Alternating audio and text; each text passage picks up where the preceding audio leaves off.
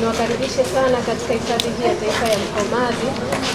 Mheshimiwa Mwenyekiti, hapa tulipo ni lango kuu la kuingia katika hifadhi hii, lakini kuna malango mengine ambayo kwa leo hatutayaona.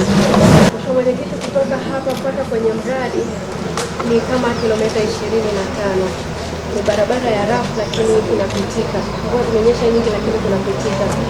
Na tukitoka hapa, Mheshimiwa Mwenyekiti, tutaingia kwenye magari yetu haya kuanza safari moja kwa moja kuelekea kwenye eneo la mradi wa utalii wa Mbula. Kama tulivyokuwa tumesema, mradi wa faru iko mara mbili. Ule ulioanza kwa kuzalisha faru ambao uko Kisima ni kama kilomita 39 kutoka hapa, hatutafika kule. Lakini mradi mwingine ambao ulianza tangu mwaka 2021 Julai ni wa utalii wa kuona faru ambao uko kilomita 25 kutoka hapa. Tumefanya ziara katika hifadhi hii ya Mkomazi na lengo kuu lilikuwa ni kutembelea mradi wa faru pamoja na mbwa mwitu. Mradi kwa sasa unaridhisha, na ukizingatia kwamba hawa faru walikuwa ni wanyama ambao walikuwa kwenye hatua ya kupotea. Kwa hiyo mradi huu kwa sasa umeimarika vizuri, na kwa sasa tuna idadi ya faru 50 katika hifadhi ya Mkomazi. Kamati imeridhika na tumeona wanyamapori, hususani mnyama mzuri kabisa faru ambaye anavutia watalii wengi sana na kuongeza pato la taifa katika nchi yetu ya Tanzania.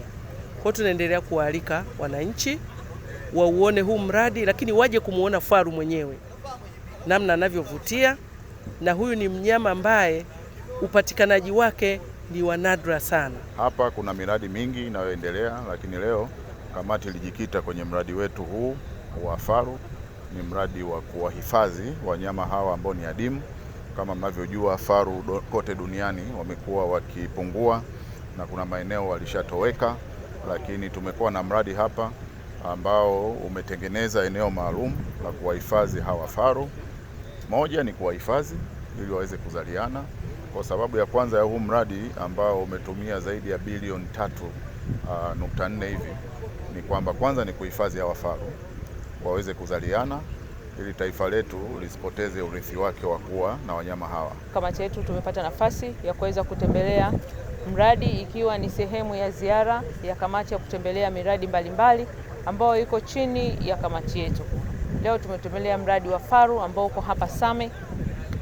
Tunamshukuru Mwenyezi Mungu kwa kufika hapa, lakini pia tunampongeza Daktari Samia Suluhu Hassan kwa jitihada kubwa sana katika kuhakikisha kwamba sekta ya utalii inakuwa na inaendelea kuingiza fedha za ndani pamoja na fedha za kigeni, kwa sababu sekta hii ina nafasi kubwa sana ya kutuingizia fedha za kigeni.